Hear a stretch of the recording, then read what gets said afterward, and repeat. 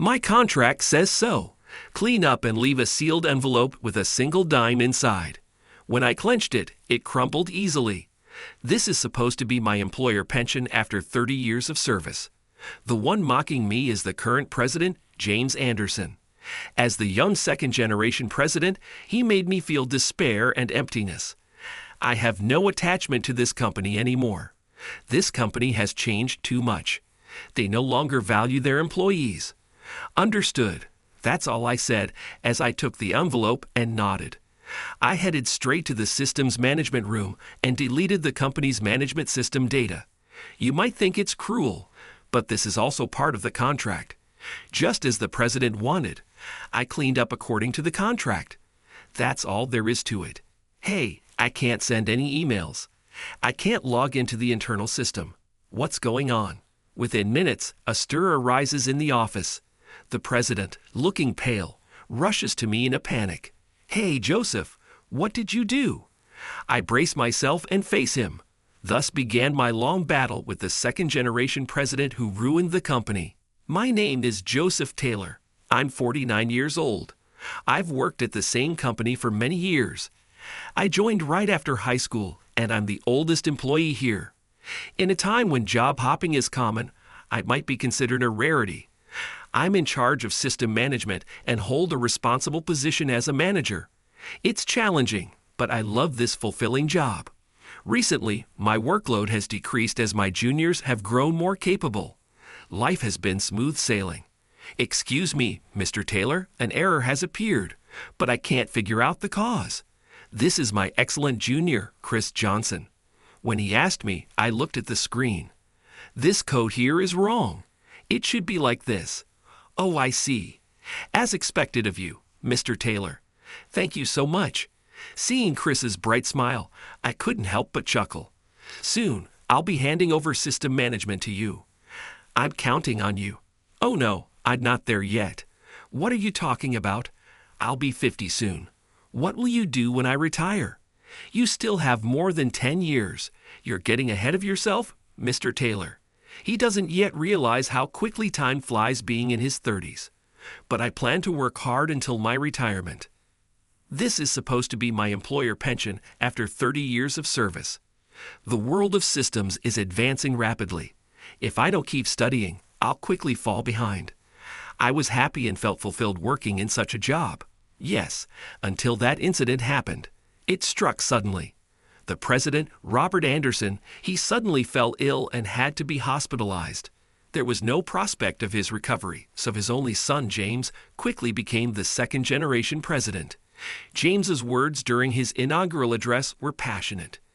This sudden event has left us all confused, but now is the time to unite and grow. Let's change, starting here and now. To the demoralized employees, his energetic speech felt like a breath of fresh air. James had the charisma that made everyone believe he could bring about positive change. I was moved by his speech, and given his experience working in the subsidiary, I expected him to carry on his father's legacy admirably. However, this hope soon crumbled. He began his tenure with a focus on cost-cutting and efficiency, starting with staff reductions, sudden organizational reforms, and personnel transfers. The office quickly descended into chaos. The worst was the treatment of older, long-serving employees. The president claimed they were hindering the growth of younger staff and started cutting them. He didn't fire them immediately, but demoted them, effectively reducing their salaries. Talented salespeople were moved to back-office roles, while support staff were pushed into frontline positions where they struggled, encouraging them to resign.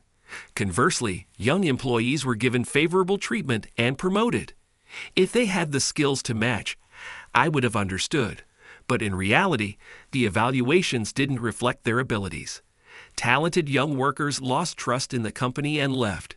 Eventually, only the president's young sycophants, who benefited from the undeserved perks, remained. Today, another of my trusted colleagues is leaving the company. He was an outstanding salesperson who boosted our revenue. Thank you for everything, Joseph. Yeah, but why do you have to leave? Who knows, but I'm tired of trying so hard here. Then he sighed and said, Joseph, you're the only one who can manage the systems in this company. You'll be fine. Hang in there. Seeing him force a smile, I felt tears well up and looked down. At least for the last time, I should see him off with a smile. Watching the back of a departing comrade, how many times have I felt this frustration?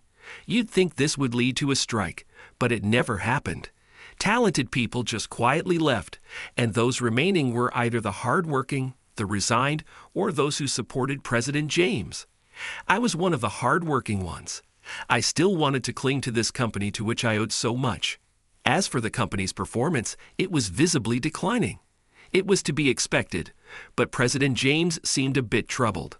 It's probably just the reaction to the recent organizational reforms, but we'll recover from here. It's like crouching before a jump. I was disgusted when I saw him saying this to his followers. As long as there are people praising him with, as expected of the president, your words are different. He will never realize his mistakes. Sighing, I returned to the system management room where Chris was waiting for me and immediately spoke. Big news, Mr. Taylor. The president is coming to inspect the system management room today. What rumor has it that, after personnel changes, he's now targeting the company's fixed costs and considering cost-cutting measures for the system? What should we do, Mr. Taylor? Well, there's not much we can do. President James seems to like making cuts to the core parts of the company. It's good that he's enthusiastic about his new role, but his focus is off. After a while, President James arrived at the system management room where we were. He glanced around the room with a puzzled look, as if trying to figure something out. Isn't the air conditioning too high? Heating and cooling costs are significant, you know. Computers are sensitive to heat, so it's for management purposes. I see. Ignoring the basic questions from President James, I immersed myself in my work.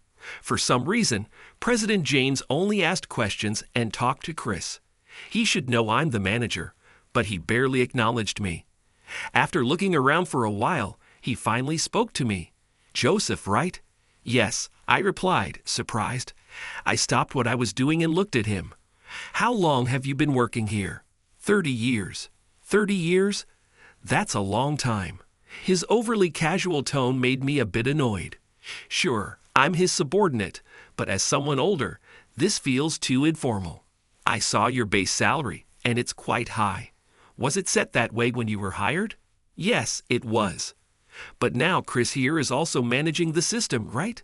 Well, yes.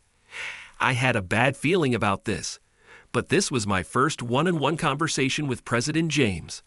I saw this as a good opportunity and decided to boldly advise the president. Mr. President, regarding the system, I don't recommend changing from the current one. President James's eyebrows twitched, but I continued. Right now, with all the recent personnel changes, many employees are not yet familiar with their new roles. Changing the system on top of that will only further reduce efficiency. That's for me to decide, he interrupted. I closed my mouth, clearly displeased with my input. He glared at me with a harsh expression I hadn't seen before. An employee like you daring to question the president's decisions? Know your place. I'm sorry, Joseph. You're the manager, right? I'll think carefully about you, just like I do with the sister. He left with a sarcastic remark. Chris, who had been nervously watching our exchange, sighed with relief. I broke out in a cold sweat. Mr. Taylor, you're amazing. I'm sorry for creating an awkward atmosphere, Chris. No, I don't mind.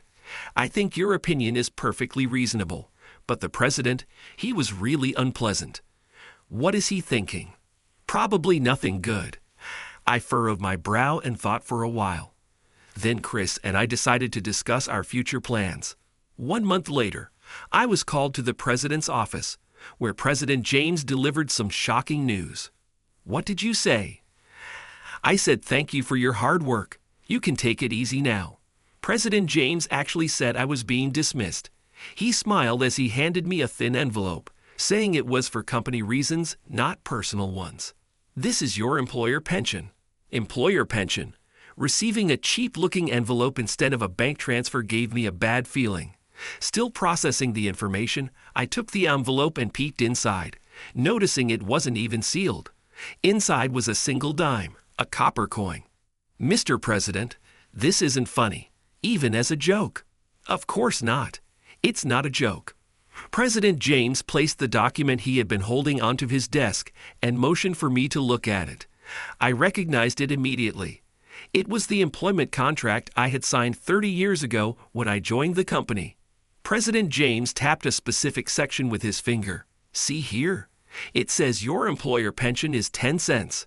My eyes widened in disbelief. Next to the section about the employer pension, which stated employer pension provided, someone had handwritten 10 cents, clearly written in ballpoint pen. President James traced over it triumphantly. I didn't write this. It was already there. It's an amusing note, isn't it? But you, without a doubt, signed and stamped this contract, didn't you? This is. I opened my mouth to protest, but President James cut me off again. It's according to the contract. Clean up and leave. His expression told me that arguing was futile.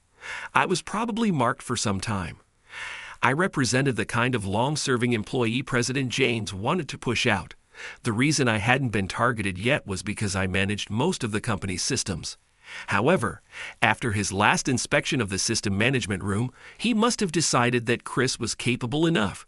It's also easy to guess that my advice back then hit a nerve. What a childish and narrow-minded president. A company with a president like this has no future. The faces of my colleagues who were forced to leave before me came to mind. Understood. I smiled and left the president's office. I stuffed the thin envelope into my pants pocket and headed straight to the system management room. There, I spoke to Chris, who was waiting. Chris, it's time to execute the plan. So it came to this. All right, I'd ready. Chris and I sat down at our computers and deleted all the company's management systems. It's hard to build a system, but it can be destroyed in no time. After a while, I gently opened the door to the management room and heard panicked voices from various parts of the office. Hey, I can't send any emails. I can't log into the internal system. What's going on? Employees were flustered and unable to do anything. President James, pale and frantic, rushed over to me.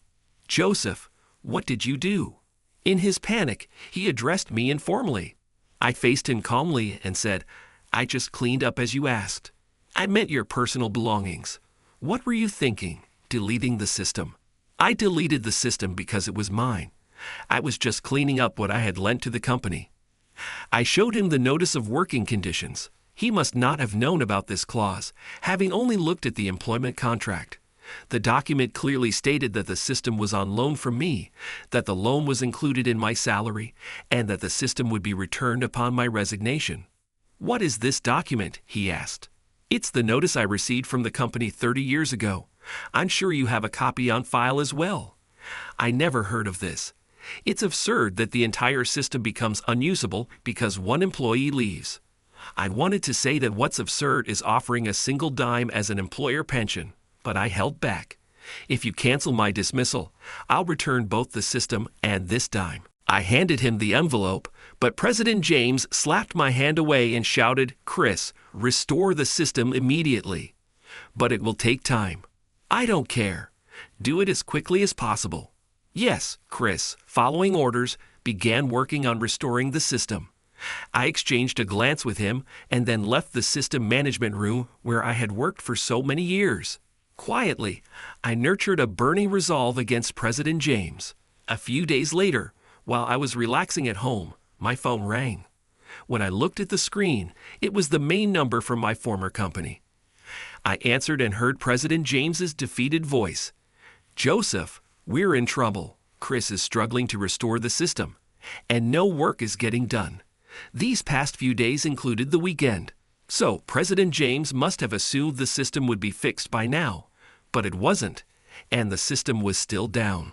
On the first day back to work, despite having addressed me informally before, he now humbly sought my help, which almost made me laugh. So what do you expect me, an outsider, to do? Let us buy the system from you. I'll pay $100. No, $200,000. I couldn't help but laugh at the offer. President James really didn't understand the market value. Are you joking, President? That amount is peanuts for buying that system. Peanuts. Then how much do you want? 1 million. 1 million? His voice cracked, and I was more amused than anything. Even 1 million is a bargain for that system. What are you talking about? That's more than the employer pension. Well, it was just 10 cents. That's not what I meant. Realizing it was time to stop messing with him, I straightened up and addressed President James seriously. President, I'm serious. If you don't buy it for $1 million, you won't get the system, and I won't help Chris either. This is a disaster. Our work is already behind, and if this goes on any longer. A long silence followed. I waited anxiously for his response, but then he said, "Enough. I won't ask for your help. How dare you demand such an outrageous amount, you ungrateful person?" He rejected my final offer and hung up. I felt a wave of disappointment.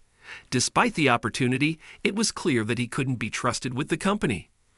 I picked up my phone again. It was time to execute the next phase of the plan. The next day, a loud noise erupted in the president's office.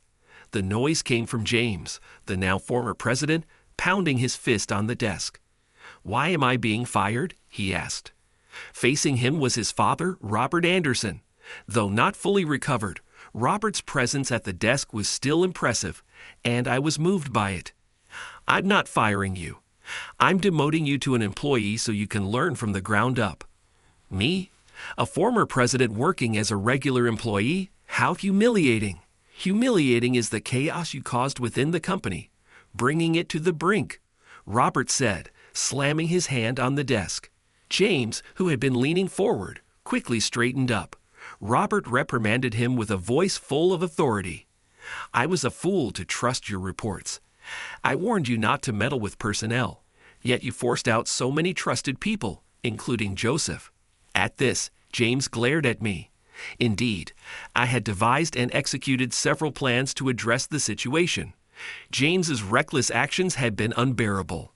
Feeling guilty for bothering the former President Robert during his hospitalization, I had reported the current state of affairs to him. Robert had trusted James' reports without question and felt at ease. However, when he saw my report, he was shocked and realized the gravity of the situation. Deciding to return to the company, it pained me to see him push himself when he was still in need of treatment. But when he said, "I'm glad you reported this, Joseph. My foolish son would have destroyed the company I built," I knew I had done the right thing. Chris and I then devised a plan to change the current situation. We knew that if things continued, I would likely be forced out too. So we decided to make the management system unusable to put pressure on James and other unresponsive employees. This was the only form of resistance we could mount as the systems department. As expected, once the system went down, chaos ensued. James couldn't handle the situation, and even his supporters began to lose faith. The hardworking employees finally spoke up. "Resign. Bring back President Robert." For the first time, James faced protest from the employees and was brought before the board. They criticized him for forcing out many talented employees. While it was good to bring in younger staff, the treatment of those who had contributed for so long was appalling. The poor handling of the system trouble within the company was also discussed. The topic of buying my system was brought up. If we can use that system permanently for $1 million, it's a bargain. Why didn't the president buy it? It would take an enormous amount of time and money to rebuild it from scratch. Hearing the employees' trust and affection for the current system warmed my heart. I felt proud that all my hard work in developing the system had paid off. After the board meeting, James was demoted in the president's office. He finally accepted Robert's words with his head down. Prompted, he reluctantly apologized to me.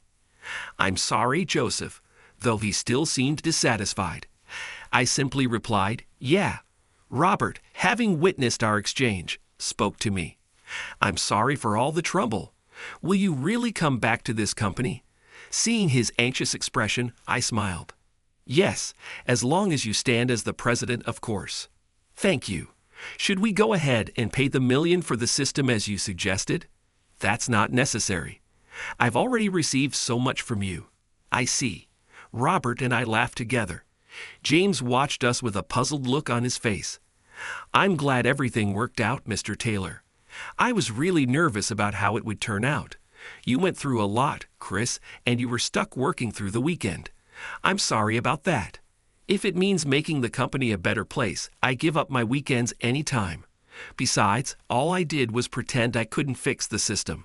I was back in the system management room with Chris, the key player in this operation. As a technician who had worked under me for so long, he could have easily fixed the system quickly. His outstanding acting was crucial to resolving this situation. Reflecting on the recent events, Chris remarked with deep emotion, "But James was terrible, wasn't he? Offering you a 10-cent employer pension and even faking documents." When he said that, I couldn't help but mutter, "Actually, there's something you should know. The handwritten 10 cents was something I wrote in the contract myself." "What? What do you mean?" With Chris's curiosity piqued, I decided to share an old story with him. It was a story I had never told anyone before, about my younger self and the young president. Back in the day, I was a recluse during middle and high school. I couldn't fit in at school and had trouble communicating. I shut myself in my room and immersed myself in system development, tinkering with my beloved computer. I created original source codes and built my own systems. Robert, my father's friend, heard about my work. He recognized my abilities and offered me a job as a system manager at his company. For someone like me, who had been isolated in my room for years, having someone value my creations meant the world. Moreover, he offered me a salary well above average for a high school graduate. Even though I was out of touch with the world, I knew that the amount he was offering was unusually high. I told him I couldn't accept that much, but Robert shook his head. "This is still cheap. Our company is just starting, and this is all we can afford now, but we will increase it with raises. This system is that valuable." But I can't. In a moment of childish impulsiveness, I grabbed the employment contract and scribbled on it with a ballpoint pen. Next to the phrase, "employer pension provided," I wrote 10 cents. Robert's eyes widened.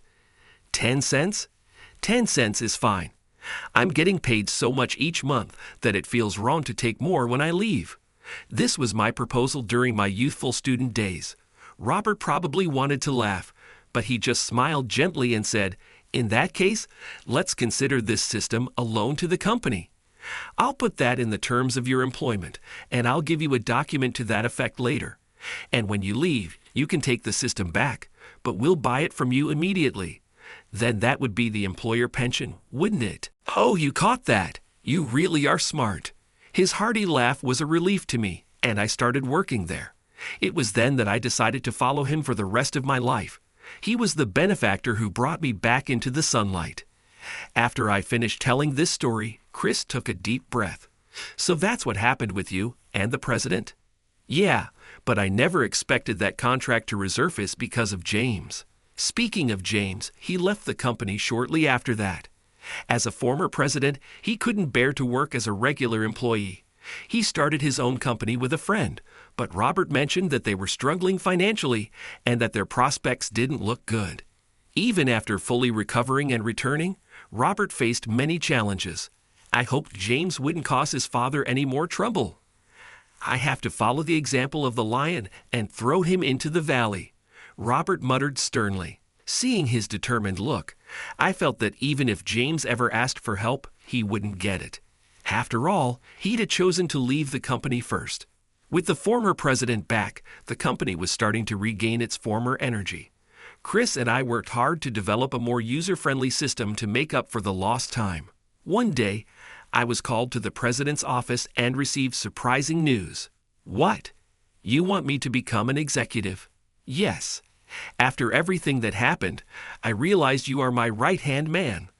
I want you to eventually become an executive vice president. I hope you'll work by my side from now on." Executive vice president? I felt a surge of responsibility and my body tensed up. Becoming an executive means being involved in the entire company's management. As an executive vice president, I'd be the president's right-hand man. Is it really okay for someone like me to take on such a role? Robert seemed to sense my anxiety. With the same gentle eyes as always, he spoke to me. "The next generation is ready, isn't it?" "Yes, I'm sure Chris can handle it." "Then there's no problem. Let's start preparing for the shareholders' meeting. We'll also need to get the executive appointment contract ready." "Contract?" At the mention of that word, Robert and I exchanged glances and chuckled. Make sure you don't write 10 cents on this one. Oh, come on. I won't. We laughed together, filling the room with warmth. As an executive, could I bring back the colleagues who left with sad faces? With that thought, I left the president's office feeling hopeful. I was truly glad I stood up for this company back then. After all, this company is the place that helped me escape my reclusive life and made me smile under the blue sky again. A contract is just a piece of paper, but through that single piece of paper, people are connected. Not just people, but also through time, to my future self. Feeling a new breeze within me, I am taking my first step forward.